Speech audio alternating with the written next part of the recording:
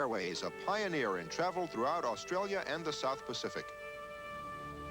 The really amazing animals here on the Lalal estate are not the sheep, not the cattle, but the sheep dogs. Wait till you see them operate. I'm with David Fisken here. Jeff Fisken is in the background. Those are his two dogs working with the sheep. Tell me what they do. The dogs work, well, the dogs have a natural herding instinct. They like to bring the sheep together and particularly bring the sheep to the handler, to the person who's giving the commands. Mm-hmm. And that's a natural instinct in a good dog. So when you bring them in for sharing, for instance, is it the dogs who do most of the gathering, or are you on horseback at the same time? No, generally on a motorbike, or perhaps on a four-wheel drive vehicle, but the dogs have to do the work. The dogs do the running. How long does it take to train them? It depends. Probably you train a dog virtually all its life, but the first couple of months when it's basic discipline and curbing their enthusiasm. Now look, here goes the stray, and out come the dogs, and back goes the stray, right? That's really marvelous. Now, give me an idea of some of the commands, David. Well, we give a command, go over, which means go left, cast to the left. And way forward means cast to the right. So what you have to do when you're training is to, when they go that way, give the command. So it's reinforcement. Now, you said you have a pup that you're working with. Yes. Now, how long before you'll actually trust that pup with the sheep? Well, we've yet to introduce the pup to the sheep. So I don't know how long it'll take before I'll be really happy with it, but I think probably a couple of months, and she should be working properly. Are the sheep afraid of the dogs? Yes, they are, although a ewe with a lamb will stand up to a dog. A ram will stand up. We've got some rams in there. A ram will stand up to a dog too. And endanger the dog ever? In an enclosed space, yes, a ram could hurt a dog. There goes another stray. Can you see that? Now that's over where James Blundell was singing, and the dogs, doesn't bother them. Microphones, the speakers, nothing. They get those sheep right back. Well, the dog's only interested in what the sheep's doing. It doesn't care about all this television stuff and means nothing to them. Any of the other stuff. How many sheep would you have in one field? How many fields do you have around? We've got about 40 paddocks, as we call them. Paddocks? Yeah. And they vary in size from say 300 acres down to about 20 or 30 acres. And a mob in that mob there are about 350, 400 sheep. There are thousands of American families now home saying, gee, if we could just get a couple of those dogs to corral our children. If we could get our children to obey the dog. We say the same thing. David and Jeff have 6 children among them, and I'll bet they don't obey the dogs nearly as well as the sheep do, is that right? No, they don't. They don't obey anybody. Thanks very much. That's an amazing demonstration. Spencer? All right, Charlie, I'm in Main Street in the Sovereign Hill section of Ballarat. This place is awesome, as we say back in the States. It's a faithful recreation of a 19th century Australian mining town. And everything here is just as it was back in that period. And, of course, you know, people came from all over the world, diggers did, to participate in Australia's gold rush. Many of them came from California. And you can see the American influence here. There's a place here called California Tent Maker. Just up the street there's the New York Bakery. Just beyond that, the United States Hotel. And even the music of that era reflected the international mix of the times. Bush music was the popular form of music, and here this morning to give us an example of bush music, we have the amazing, the incredible Wombat Murphys celebrated Outback Orchestra. Boys, take it away. Now a young man left his life ashore to chase being bad at home, to seek his fortune in this land. He crossed the briny foam, and when he got to Ballarat, it set him all aglow to hear the sound of the wind and the cry of comfort.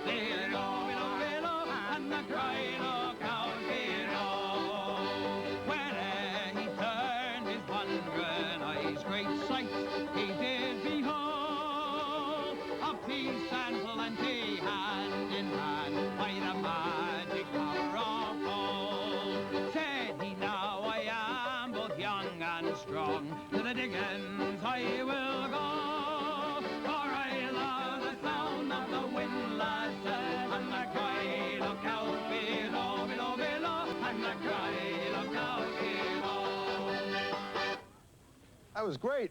Wombat Murphy's celebrated Outback Orchestra. Indeed. I guess old Wombat was quite a composer, he must have been. I certainly am, sir. Would you guys play us into the break? Why not? Why not? We'll continue in just a moment from Ballarat, and we'll have some music, bush music, right into the break. And the crying of cows below, below, below, and the crying of cows below. Take a whole lot of action, a little bit of romance, Catholic girls are scary. and a spring. They're here, sir. I'll teach them as they would have been taught in the 1850s. The girls will learn things like cross-stitch on samplers. The boys, copybook drawing, where they must copy perfectly.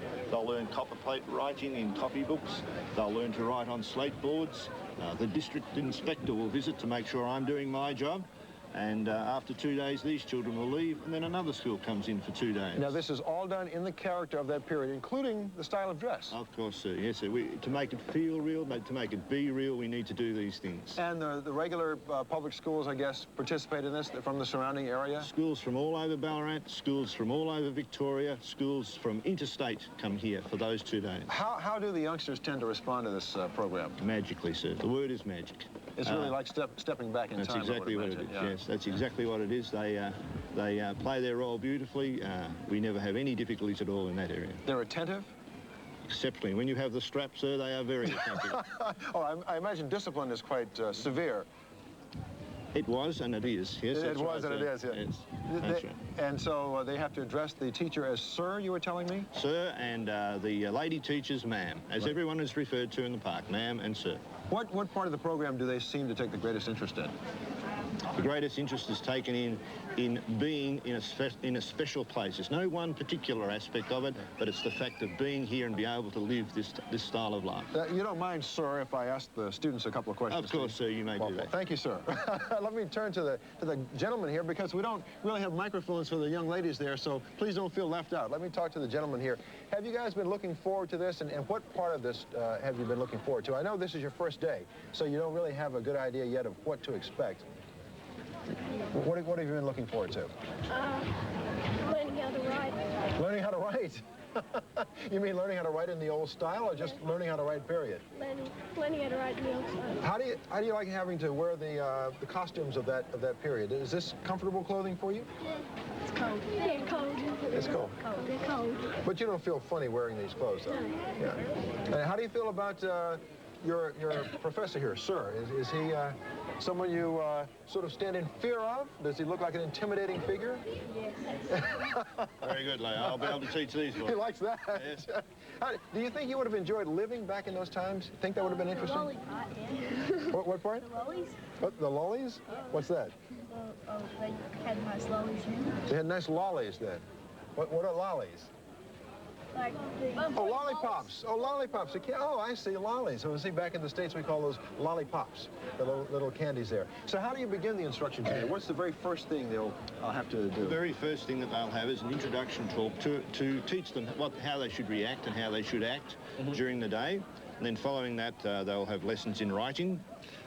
Does the result of this program seem to be that the students go away taking a greater interest in history and having a greater appreciation for it? We sincerely hope so, and our reports back from the schools that they attended is a very special thing for them, and they spend many hours back at school enlarging and Maybe this is something you can import to the States. Maybe help us out a bit. I would enjoy that. Jeff Fife, thank you very much. Good Morning America will continue just a moment from Ballarat.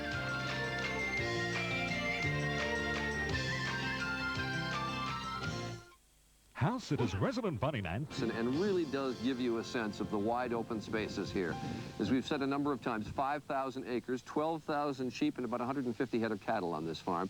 But it really is pretty. There's the home, the Fisken home, dates back to 1911, and the lake, as Mrs. Fisken said, you have to refer to that as a lake. It's not a pond. Because there's water coming into it and going out of it. That's Right. the difference. But these are wide open spaces, beautiful country here that we've been seeing all day long. Country music, popular here, just as it is back in the States.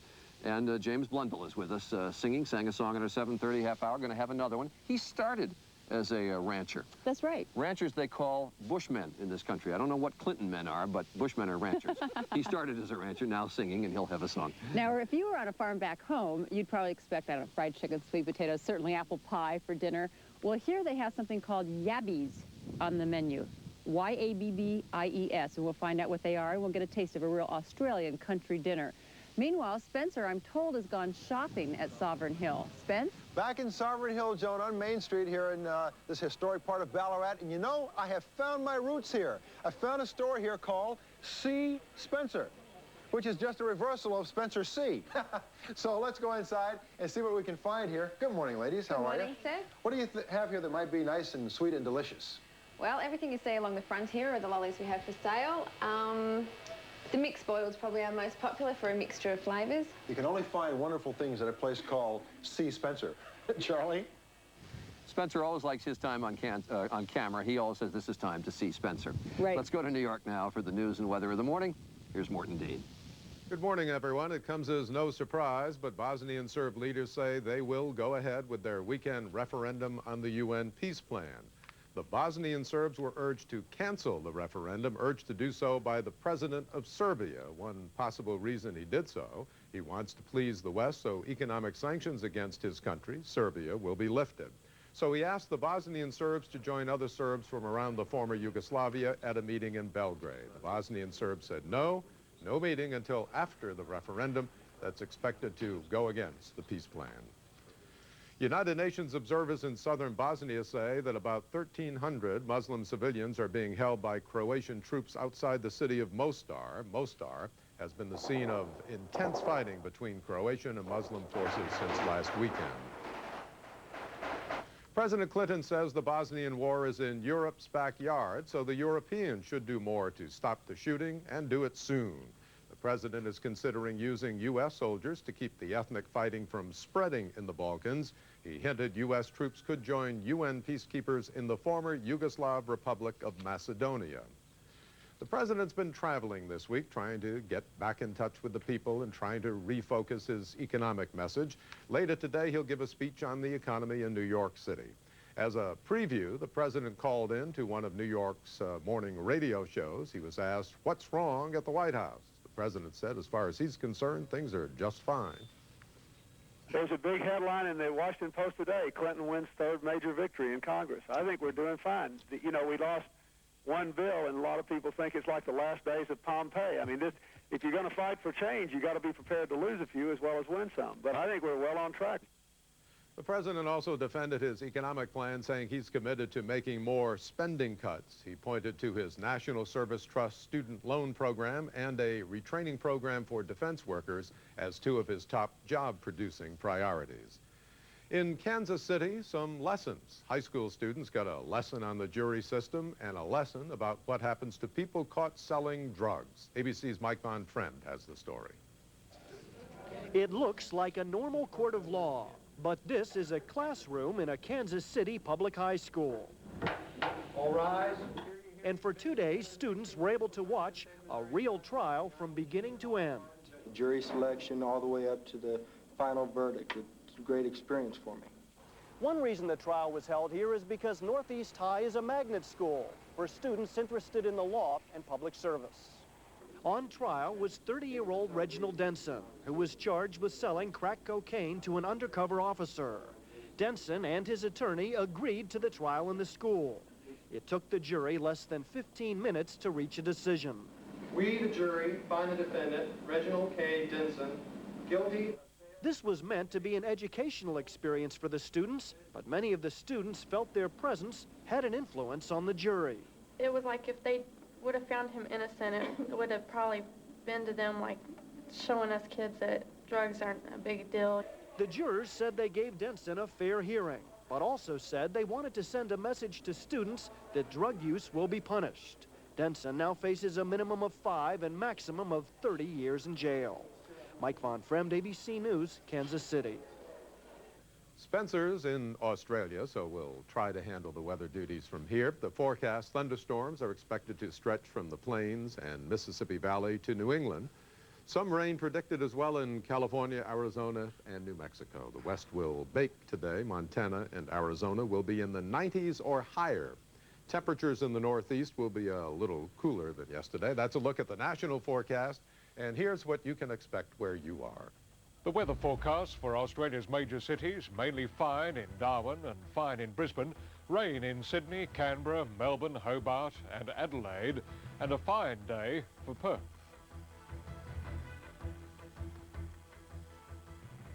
Well, it's not often that Spokane, Washington is hotter than Miami, Florida, but today the high in Spokane will be 95. In Miami, it'll be just 82. Now back to Australia.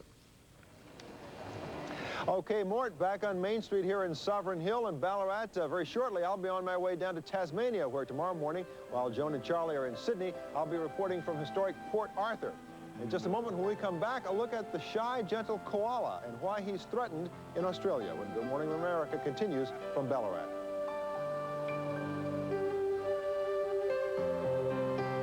Behind me, they are rather shy creatures, as you've probably learned this week, and we haven't actually been able to lure them out.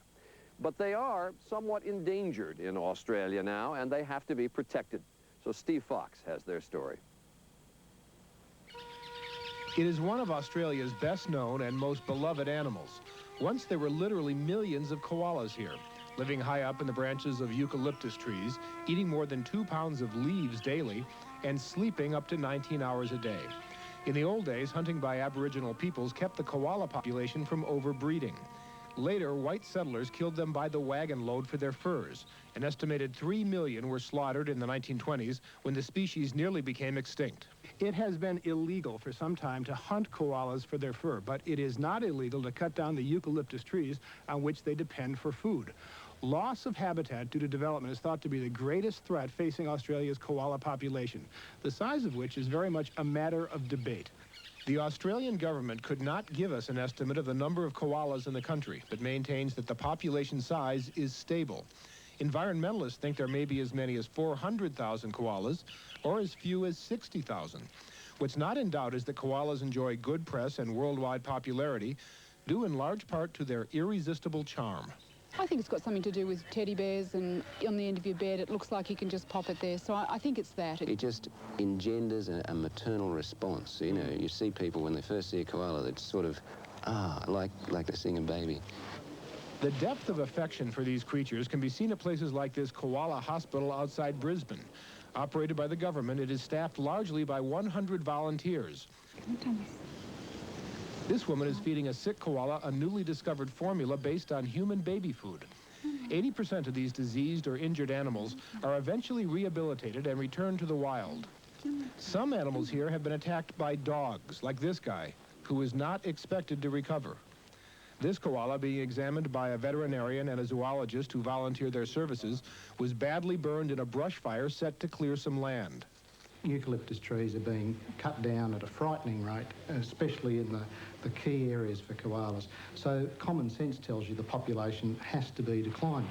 Loss of habitat is widely considered to be the greatest threat to Australia's koalas, especially in areas like Queensland, where a dwindling koala population is losing the habitat battle against a growing human population.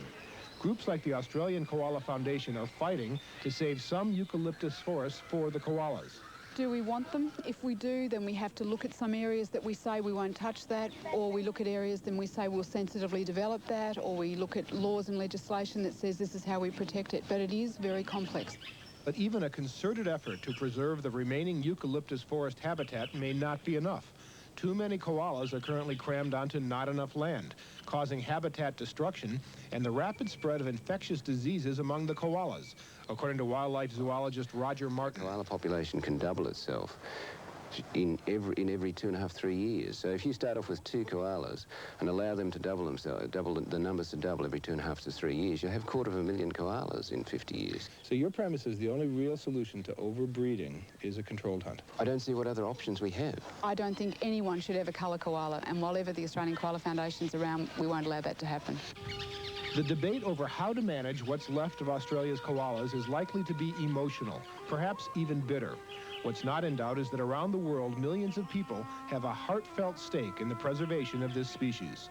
I just think the world loves koalas, but I don't think people of the world think about what you need to do to save an animal or save habitat. I just don't think it's in everybody's daily thinking. We have to participate in this. We just can't ignore it. Nature is not going to manage this thing itself. There you go, Friday. All better. Thanks very much, Steve. It's now 43 minutes after the hour. What is the farm food in Australia? Yabbies, I'm told. Yummy, they say they are. We'll show you some when Good Morning America continues from Australia. Wonderful Australian down-home country dinner, and we have it prepared today by a wonderful cook. She is a cookbook author and a well-known restaurateur, Stephanie Alexander. You may even be familiar with her book called Stephanie's Australia, since it is sold in bookstores back in America. Nice to have you with us here. Thank you very much. Now, I said earlier something about yabbies. These are the yabbies, right? They're almost like little, would I be fair, like little lobsters, or?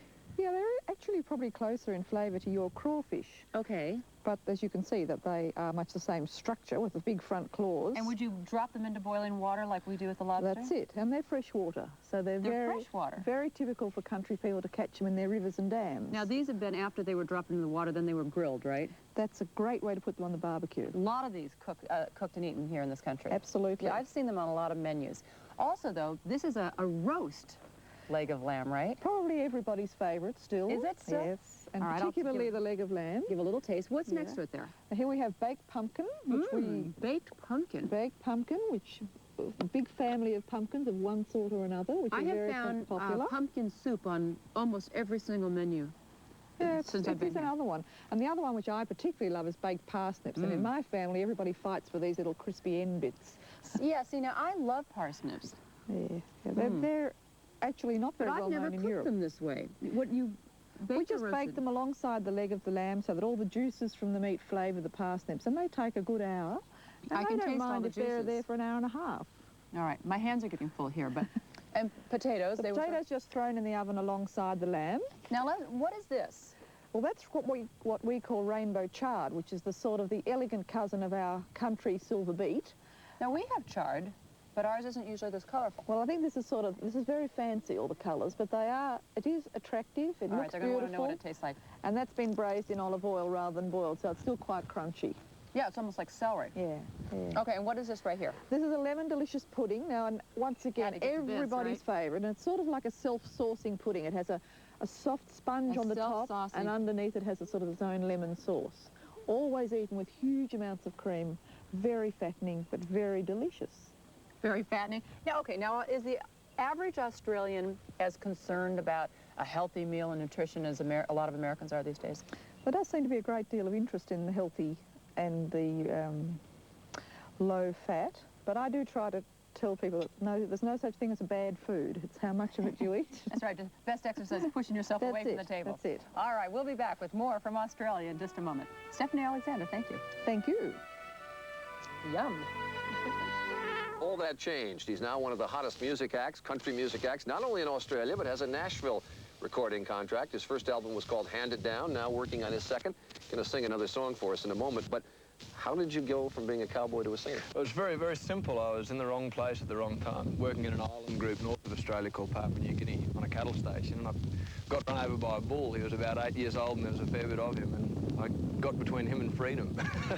So you decided, okay, I'll sing. How did you come to Nashville's attention? Well, it was a strange thing again. The music thing, once I got into it here, made a lot of obvious sense, you know, and wanted to take it as far as I could in Nashville because I was a sort of a country-oriented act. Seemed the obvious place to go, and we wound up there and loved it. I love the South. It's a little bit of a country rock influence in your music? A bit of country R&B. What are you going to sing for us now? This song called Down on the Farm, written with a Nashville songwriter called Billy Dean, and it's about growing up in the sticks, I guess. Terrific. All right. He actually grew up in a town called Texas, believe it or not. 996 people. James Blundell, thanks for being with us. Thank you.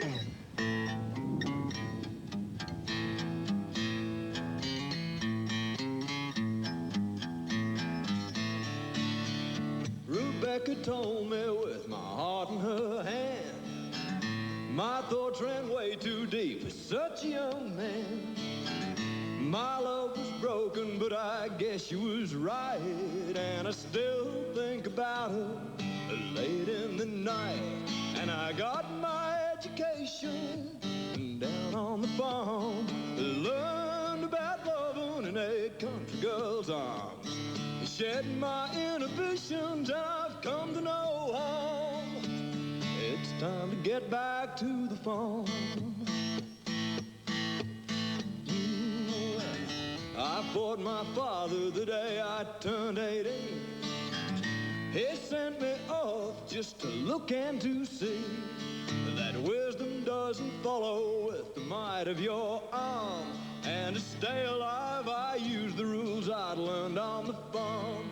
And I got my education down on the farm. Learned about loving in a country girl's arms. Shed my inhibitions, I've come to know home. It's time to get back. Got my education down on the farm. Learned about loving in a country girl's arms. Shed my inhibitions, I've come to know home. It's time to get back to the farm. Well, that's it. Thanks very much, James. A little trust. Gonna have to operate this. Well, tomorrow and on Friday, we're going to be in Sydney, Australia's largest city. Tomorrow we'll be on the Rocks, which is really the first settlement where some Europeans started New South Wales. And then on Friday, we'll be at the Opera House. And Spencer's not here with us because he is already off to Tasmania, and he'll be in Tasmania. I'll give you to Dad, okay? Tomorrow morning. There you go, off to Daddy. I know we've interrupted things around here. It's been such a beautiful, beautiful sight, though. We really do appreciate it. We thank you ever so much for inviting us into your homes and onto your ranch. And we leave you with a hat there, okay? All right. A little Good Morning America hat for John. We'll see you tomorrow from Sydney. Till then, take care. Say bye, Fisken. Accommodations provided by the Sheraton Towers Southgate, ITT Sheraton's 5-star flagship in the Pacific. Enjoy butler service and superb views over Melbourne's Yarra River.